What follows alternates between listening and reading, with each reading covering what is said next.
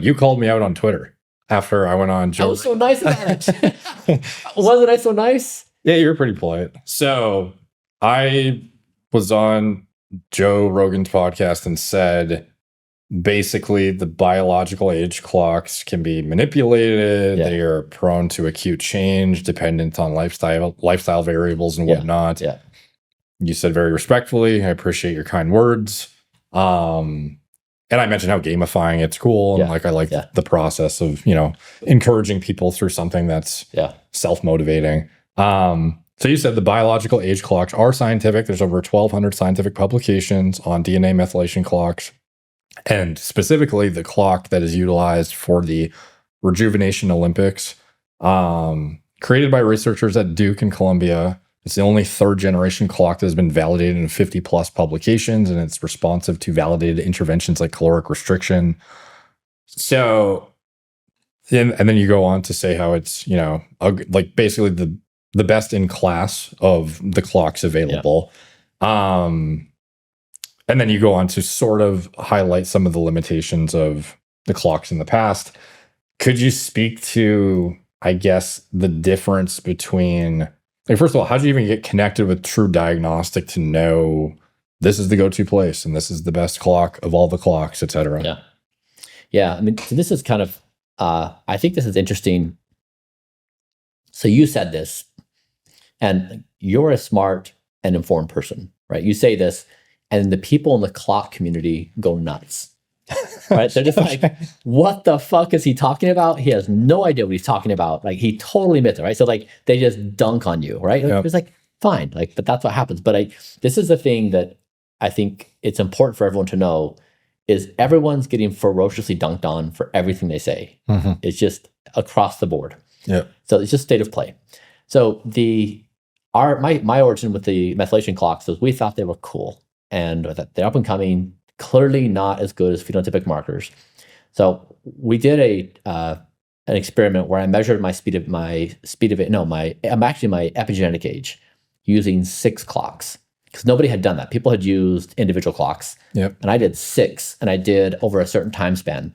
And then I published that, and I was like, hey, the mean of my epigenetic age over this duration of time using 6 different clocks reduced by the average of 4.5 years. And so we thought, interesting, what's happening here? And then that became a headline in of itself where people are like, Brian Johnson claims he's reversed his age by 4.5 years. And we were just like, but totally not what the point we were saying. We were like, hey, we're playing with clocks. We're looking at this thing. We didn't just use one. We didn't cherry pick the clock we thought was best. We used all 6. Some said worse, some said better. So we're just being open about this. Mm-hmm. And so that's what grabbed a lot of the headlines. And then it leads to people like, but wait a second, he still looks like a 46-year-old.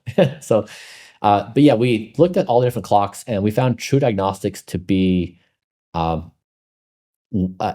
company that is systematically pushing the clocks forward. Mm-hmm. So a lot of the researchers are doing great work. We found them to be a different way, a different approach to applying a rigor of doing it at scale. And also they are moving clocks, and they also are working with Harvard. They're working with other, so like they're kind of at this locus of cooperation among various people using clocks. Mm-hmm. And so we kind of set up shop with them to say, let's do something together. Let's do a leaderboard, and let's standardize for something fun for the entire community to do. So this is not to say that other clocks are better than theirs. It's not to say that up and comers are going to outcompete them. It was just like, clocks are interesting. They're a data point we like to include, and it'd be fun to compete on a shared standard. Okay. Now, when you say that traditional markers are superior, how come that wasn't used as a standard for like the Olympics, for example? Like if it's more reliable and like science-based. And to be clear too, like when I said it's not based in science, it's like, it's really like no way to show that it means anything other than maybe it identifies how biologically equivalent you are at this moment in time, but does it like really inform more than that of interventions? They would say yes. Yeah. Okay. So if you brought them in this conversation, they would put forward a pretty compelling case. Mm-hmm. That they would concur. They're realists, that it's not yet gold standard, but they would say, here's all the evidence on why we think this is meaningful. Mm-hmm. And so they do have compelling arguments, and I think they're interesting to listen to. What was your question before that?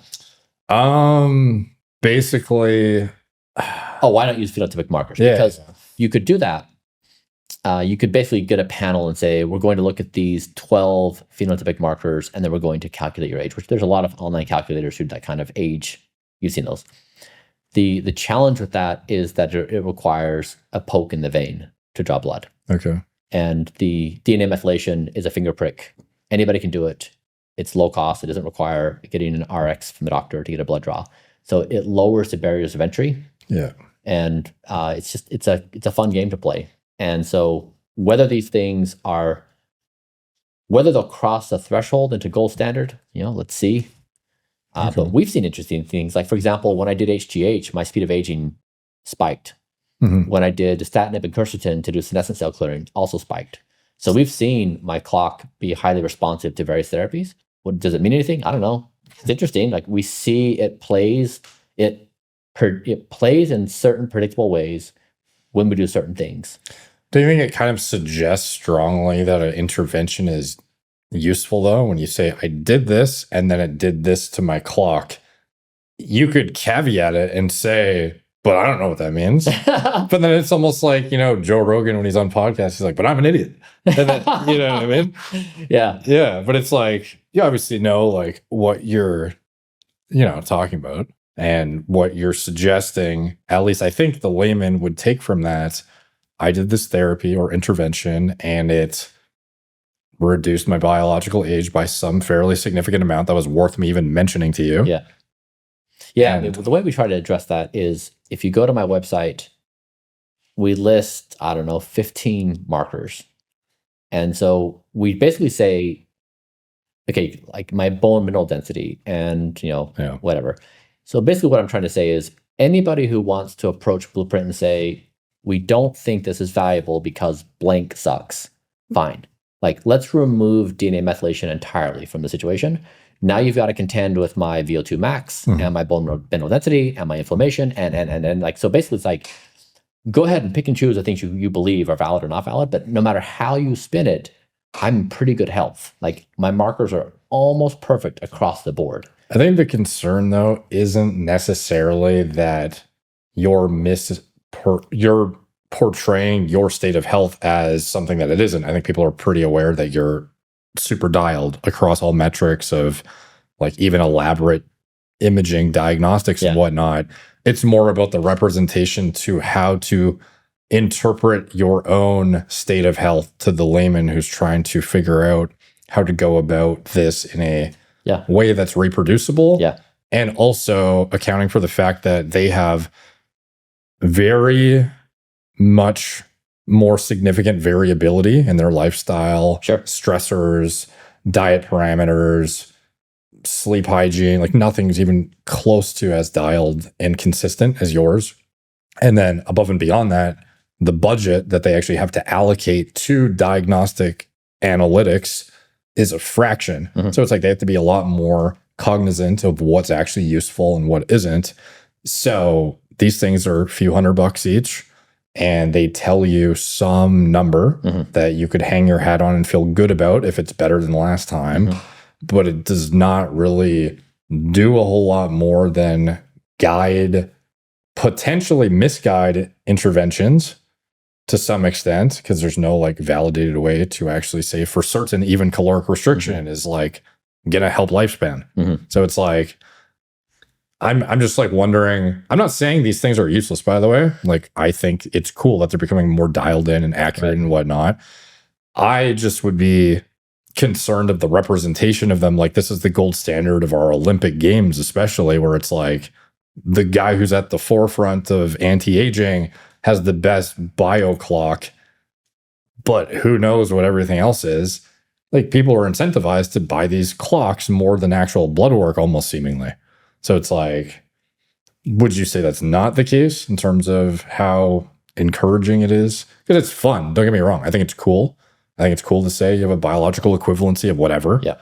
But it's like, I don't know. Like, how do you rationalize the responsibility to inform people of the heavy hitting science-based things that need to be done and then get this thing after if you can afford it? Yeah. We're meeting people where they're at. And so the first stage was for me to say, I'm going to do everything and then share my data. You can do as you please. And so on the website, we include, if you want to get your blood drawn, here's the panel to do it. If you want to do sleep measurement, here's how you do it. It's like we basically outline the entire thing. Here's how you do the whole thing. But if it's blueprint telling you what you need to do, don't you think it would be worthwhile to be like, not just if you want a blood test, if you want this, if you want that, it's get this and then get that. Yeah. Yeah. So the gamification is different than the blueprint stack. So the gamification has been, how could we potentially create fun and some kind of comparative relationship with each other on what we're doing? Sure. But that's very different than the blueprint stack. But it's also notable that, like, for example, in the BP 5000, so the next step where we're saying, now we're going to do more robust measurement, we aren't doing speed of aging measurement. We couldn't fit it in the budget. So it's not that we don't value it, we think it's interesting, but we are using gold standard measurements over the silver standard. Okay. And so I guess when it came down to, like, we're really putting this to the test, we're going to have a few thousand people do it, we go back to gold standard phenotypic markers and wearables and all the stuff that has the most evidence. So we're trying to be intellectually honest with even when we're asking people to spend money to assess the efficacy of what we're trying to do, we have settled on gold standard stuff. When we're doing gamification, we're saying this is fun, it's low cost, it's easy to do. Now you can still do your blood and you can still compare with me, all that kind of stuff, but we thought it was a nice approach. Now, like, it's a fair observation you make, right? But I think it gets people into the fact that anyone's measuring anything is positive. Now, you're right, it can have negative knock-on effects because they could conclude improper things from that thing. But the fact that they're saying, I'm going to get data and I'm going to start a process of doing continual refinement based upon data, I think it's a positive. But if I'm like a 60-year-old and I get a bio score of 35, would I not be more inclined to not then get blood work after because I'm probably spot on? This is why we don't talk about epigenetic age. We only use speed of aging. Okay. Even that, though, it like heavily implies I'm aging slower than everyone else my age. So why would I like get a CCTA? I'm not sure. I don't think it extends that far, though, because I don't know, man. Really? Yeah, like I think a lot. You'd be shocked how many like wealthy, intelligent people get these things thinking it's actually a gold standard for assessing how they're doing. At least that's been my impression. And even assessing the data for reasonably intelligent people who can discern nonsense in many different areas, it's not crystal clear that these things are not a representation of exactly where you stand. I've never heard that feedback, that the speed of aging somehow replaces knowing what your cholesterol levels are, or somehow. Well, I know that's not, they certainly wouldn't assert it. I'm just saying what a lot of people would extrapolate is if I'm so healthy that I'm aging half the speed of everyone else in my at my equivalent age chronologically, like surely I'm doing things right. Like why would I be looking deeper into proactive, atherosclerosis prevention or whatever? Yeah. And it's like some of this stuff is insidious and would not show up in age scoring typically. So I don't know. Like I wouldn't expect a bio clock to pick up that you have a genetic predisposition to a sky high LP little a. Like I just wouldn't. So and I think I've never heard anyone make these observations or make decisions based upon that. Okay. Most people I know. Well, it's because I think they don't even know. That's the thing. Yeah. And maybe I'm just an idiot about it and I don't know enough about the clocks to even have the criticisms that I might have. Like maybe I'm just overthinking it. I don't know. Because it's not like I've even got one. Yeah. Like I've obviously discerned that I should get blood work instead. So maybe I'm just overanalyzing. Yeah. And I mean, with this feedback, I'll get some feedback. I have not heard negative knock-on effects. I think people who do speed of aging tests that I'm aware of realize it's an emergent field. It's interesting. We don't know exactly where it's going. It's kind of a fun game. It's a game of curiosity. Where am I at? How do I compare? But I don't see anyone thinking that this is replacement for any serious medical assessment that would conclude their true risk factors. So if you get, I don't know, let's say a speed of aging of whatever, fill in the blank, is this, like, do you think people are using it to predict lifespan or are they just doing it because it's fun? Yeah, I think it's fun. Everyone I know realizes it's an emergent assessment, and that no one is taking this and replacing blood work as the primary workhorse of what decisions to make. Are they guiding interventions based on this though? Like, for example, I have 2 identical blood tests. I've had 2 speed of aging tests. The only thing that's improved is the speed of aging test, and I did this intervention between them. I've now concluded this intervention that's experimental, exotic. I don't know. Yeah, I think people are definitely curious about observations of what changes that. And this is the case. A documentary just came out on Netflix, and it's twin studies. And they break out the twins and they look at a carnivore diet and a vegan diet. And they use speed of aging as one of the primary measurement modalities. And they conclude in the analysis, they just published this paper. But yes, I mean, it's made it to mainstream awareness. Didn't I ask about twin studies earlier? Yeah. I just sworn. Yeah, you did, actually. Yeah. And I said, I'm not aware of any. Yeah. Yeah. So I just watched the first episode, but I also just read the paper. Sure, Diagnostic was behind the company. They're behind the study. They just published, I think in, I forget where. But yeah, they showed that vegans, I think, had a slower speed of aging than carnivores. But they also, I think, in the paper showed that the responses were nuanced. There wasn't like this clean-cut victory. It was like, we need more investigation in these areas. But these tests have made it into the mainstream. People are aware of this concept. I think it's, so in the same way I joke around about nighttime erections, I'm being serious too, right? Like how long you're erect at night is a really important indicator of sexual health, physiological health, cardiovascular health, like all the above. So I'm joking, but I'm also very serious. These emergent tests, and there's all kinds of fields that fall into this category where they're just shy of gold standard measurement. We still do them. We still play with them. We still talk about them. But and whether a person can discern, is this gold standard or silver standard, like not everyone's going to have that, but people still play in all these different areas. This, to me, is just like the community of health and wellness. Like, how do you make decisions? And this is what we've tried to make easy, is like, this is a packaged protocol for you that we think represents a pretty good power law on what to do in this complex landscape. Fair. So you're done with that one. Okay. No, it's no, I get what you're saying. So if they've never been used to test future lifespan, I'm pretty sure they wouldn't assert like you're exactly. Okay. Yeah. So like, given that is the case, how much confidence can we have about it being a predictive tool that's of any utility? Yeah, none. They acknowledge that. We acknowledge that. We've do they acknowledge them? Yeah, they do. I feel like you do. I don't know. Oh, really? Oh, I've never heard them. Like, what have they said? Paraphrase for what the utility of it is. Okay, because it certainly isn't. This is for fun. I've never heard them. I'm not going to put words in their mouth and say they've said otherwise, though. Yeah. I just don't think. Maybe they have, and I haven't heard it. But I feel like the portrayal is that it's like a diagnostic tool that could be used to guide your decisions to some extent. Yeah. Or reinforce confidence in what you're doing.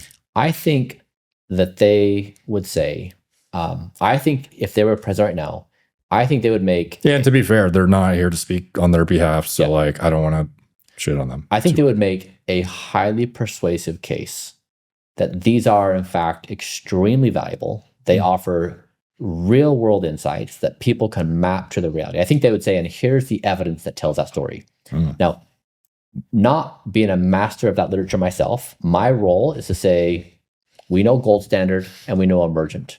And because I can't speak authority to this thing, I'm not going to try to bridge that because that's their role. In the meantime, we know where they sit. And so we're playing to gold standard in our study, and they're emergent. We are bullish on them as a technology. Like, I think it's interesting. I think the progress is actually, it will put them in an interesting place in some duration of time. The clocks are just getting much more sophisticated by the day. So I think actually that people listening to this podcast, if they were here, would leave feeling persuaded that they're interesting and worthwhile. Whether they cross the threshold and be gold standard, like maybe not, or maybe some people will be like, yes, kind of, maybe not. But I think if they were here, they would really change this conversation and people would walk away with a much higher opinion of them.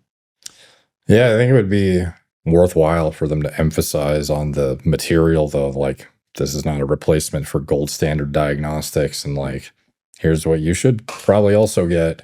Maybe that's not the most conducive to, I don't know, maybe they don't have a responsibility to do that. I'm just being way too critical, but just trying to play devil's advocate. Yeah. Yeah, I guess the only thing that's kind of like I'm still learning about them candidly too. Like how easily do the outputs change proportionally to inputs? So like one of the criticisms is that you could have a major swing should you have a lifestyle change that is like, you know, your glucose level is different. So now all of a sudden your rate of aging is way different. Like how contingent is it on these things? Yeah, they would tell you that different clocks are trained for different things.